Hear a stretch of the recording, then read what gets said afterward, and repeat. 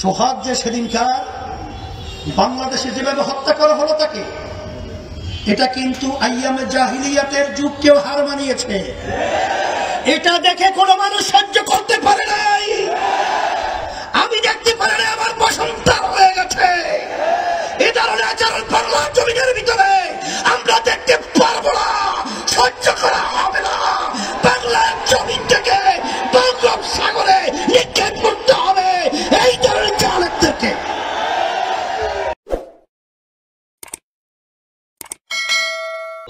ইসলামী আন্দোলনের ব্যানারে আমাদের মার্কায় একজন এমপিও কিন্তু আমাদের সংসদে যায় নাই। এর অর্থ আপনারা উল্টা বুঝবেন না যে আমাদের সংগঠন দুর্বল, আমাদের লোক বল নাই, এর জন্য হয়তো আমরা সংসদে যেতে পারি নাই। ইসলামী আন্দোলন বাংলাদেশ প্রতিষ্ঠিত হয়েছে ন্যায়ের পক্ষে, অন্যায়ের প্রতিবাদে। এই 53 বছর স্বাধীনতার পরে যারা দেশ পরিচালনা করেছে, এদের পরিচালনায় আমরা দেখেছি এই সুন্দর দেশ বাংলাদেশটা একবার দুইবার নয়, এদের পরিচালনায় 5 বার চোরের দিক থেকে তাম দুনিয়ার ভিতরে ফাস্ট হয়েছে। এদের পরিচালনা আমরা দেখেছি হাজার হাজার মায়ের কোল সন্তান হারা হয়েছে। এদের পরিচালনা আমরা দেখেছি আমাদের দেশের টাকা পাচার করে বিদেশে বেগম পাড়া তৈরি হয়েছে। কিছুদিন আগে আপনারা দেখেছেন সদ্য ভূমিমন্ত্রী, তার লন্ডনেই নাকি শুধু বাড়ি আছে প্রায় 300 না 350 মতো। এ টাকা কি তার বাপের টাকা? আপনার আমার কষ্ট অর্জিত এই সম্পদ ওই চেয়ারে বসে বিদেশে পাচার করেছে। এদের পরিচালনা আমরা পেয়েছি আয়নাঘর। তাম দুনিয়ার মধ্যে এত নৃশংস, এত কঠোরতা, এত অমানুষিক আমরা আর কোথাও তাম দুনিয়া ইতিহাসে দেখি না। এদের পরিচালনা আমরা লক্ষ লক্ষ মানুষকে নির্দোষভাবে তাদেরকে কেসের মাধ্যমে সংসার বিলীন করেছে। এরপরে আপনারা জানেন জুলাই 5 আগস্ট যখন ন্যায়ের পক্ষে অন্যায়ের প্রতিবাদে যখন ছাত্র জনতা যখন রাস্তায় নেমেছিল, তখন তাদেরকে পাখির মতো গুলি করে রাস্তায় লাশ হিসেবে ফেলে দিতে আমরা দেখেছি। এখন আমাদের সেই শব্দ কানের ভিতরে বারবার আওয়াজ তুলছে। মা সন্তান হারা হওয়ার পরে মা বারবার কলিজা ফাটা চিৎকার মারছে আর বলছে, আজকে কতদিন পর্যন্ত আমার সন্তান আমাকে মা বলে ডাকছে না। আজকে সেই মুগ্ধের পানি আমাদের কানে এখনো দূরিত হচ্ছে। পানি লাগবে, পানি। আজকে আবু ছাইদ যখন দুই হাত প্রসারিত করে যখন ন্যায়ের পক্ষে অন্যায় প্রতিবাদে যখন বুকে গুলি নিয়ে যখন তার জীবনকে এই বাংলার জমিনে নিঃশেষ করে ফেলছিল, সেই দৃশ্য আমাদের চোখের সামনে এখনো ভাসছে। আমরা বলবো ইসলামী আন্দোলন বাংলাদেশ কখনোই কয়েকটা এমপি মন্ত্রীর জন্য, সম্পদ সম্মানের জন্য আমরা তাদের সিঁড়ি হয়ে ক্ষমতায় যাওয়া সেই সুযোগ ইসলামী আন্দোলন বাংলাদেশ নেয় নাই। বিএনপি জানে, আওয়ামী লীগ জানে আমাদেরকে তারা কি অফার দিয়েছে, কত এমপি, কত মন্ত্রিত্ব এবং কত সম্পদ, কত সম্মান।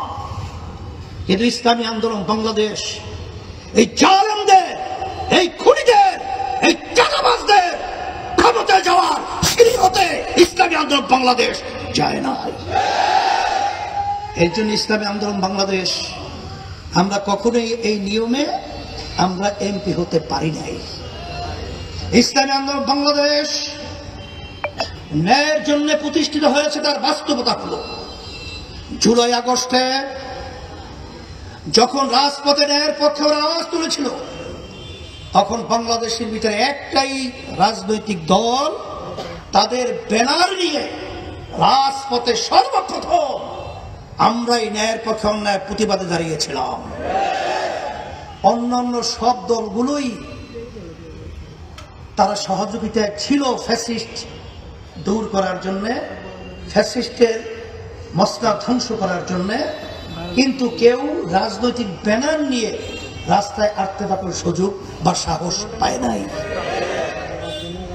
এখন কথা হলো, আমরা সবাই একত্রিত হয়ে আজকে 5ই আগস্ট আমরা আবার নতুন স্বাধীন হওয়ার পরে আমরা বর্তমানে লক্ষ্য করেছি পাশের বিভিন্ন আমাদের দেশকে অশান্তি যারা করতে চায় এরা কিন্তু নাকে তোল দিয়ে ঘুমায় না, এরা কিন্তু সব সময় ষড়যন্ত্রের ভিতরে লিপ্ত। আমাদের দেশ গড়ার ঐক্যকে ধ্বংস করার জন্য আমাদের নিজেদের মধ্যে বাজাবাজি তৈরি করে, মারামারি কাটাকাটি তৈরি করে একটা পরিবেশ কিন্তু তৈরি করতে চায়।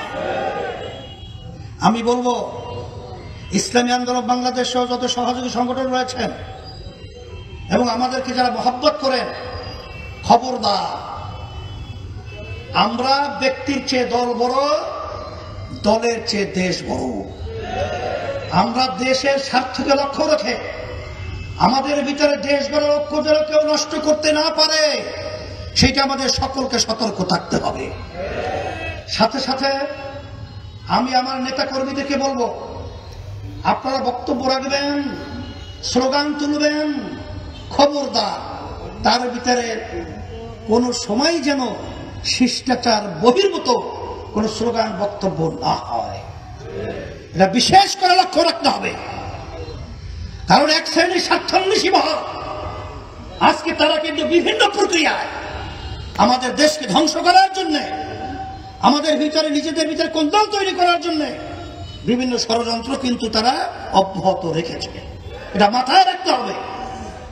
সাথে সাথে অন্য অন্য রাজনৈতিক দল যারা রয়েছেন, আমি সকলকে আহ্বান জানাবো, সকলকে বলবো যে আপনারাও কথা বলবেন, সেই কথার ভিতরে শিষ্টাচারিতা এটা যেন ব্যাহত না হয়, এটা বিশেষ করে লক্ষ্য রাখতে হবে।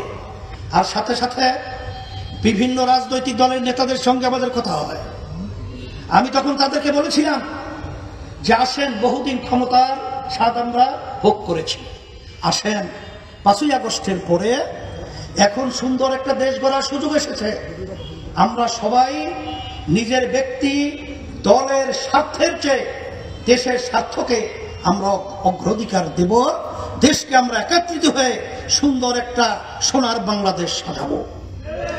সেই লক্ষ্যকে সামনে রেখেই যদি আমাদের কথা, আমাদের স্লোগানে যদি কেউ কোনো কষ্ট পেয়ে থাকেন, আমরা আন্তরিকভাবে দুঃখ প্রকাশ করছি। খবরদার, আমাদের এই দেশকে যেন নিয়ে আর ষড়যন্ত্র করতে না পারে, এ ব্যাপারে আমাদের সকলের লক্ষ্য রাখতে হবে। সাথে সাথে অন্যান্য দল যারা রয়েছেন তাদেরকে আমরা বলবো যে আপনাদের নেতাকর্মী যারা রয়েছে তাদের কথার ভিতরে, তাদের বক্তব্যের মধ্যে, স্লোগানের মধ্যে শালীনতা থাকা চাই। এটা কখনোই ভুল করা যাবে না। এ ভুলটা করলে আমাদের দেশে ক্ষতি হবে, আমাদের দেশের জন্য কলঙ্ক হবে। হ্যাঁ, তবে কথা আছে, আমরা সমালোচনা করব, সমালোচনা করার মধ্যেও সেটা কিন্তু সমালোচনার একটা ধারাবাহিকতা আমাদের থাকতে হবে। আমরা ব্যক্তির ব্যাপারে আলোচনা করব, তার ভিতরে একটা শিষ্টাচার, ভদ্রতা থাকতে হবে। তবে সোহাগ যে সেদিনকার বাংলাদেশে যেভাবে হত্যা করা হলো তাকে, এটা কিন্তু আইয়ামে জাহিলিয়াতের যুগকেও হার মানিয়েছে। এটা দেখে কোনো মানুষ সহ্য করতে পারে নাই। আমি দেখতে পারি না, আমার বসন্ত হয়ে গেছে। এই ধরনের আচরণ বাংলার জমিনের ভিতরে আমরা দেখতে পারবো না, সহ্য করা হবে না। বাংলার জমিন থেকে বঙ্গোপসাগরে নিক্ষেপ করতে হবে এই ধরনের চালকদেরকে।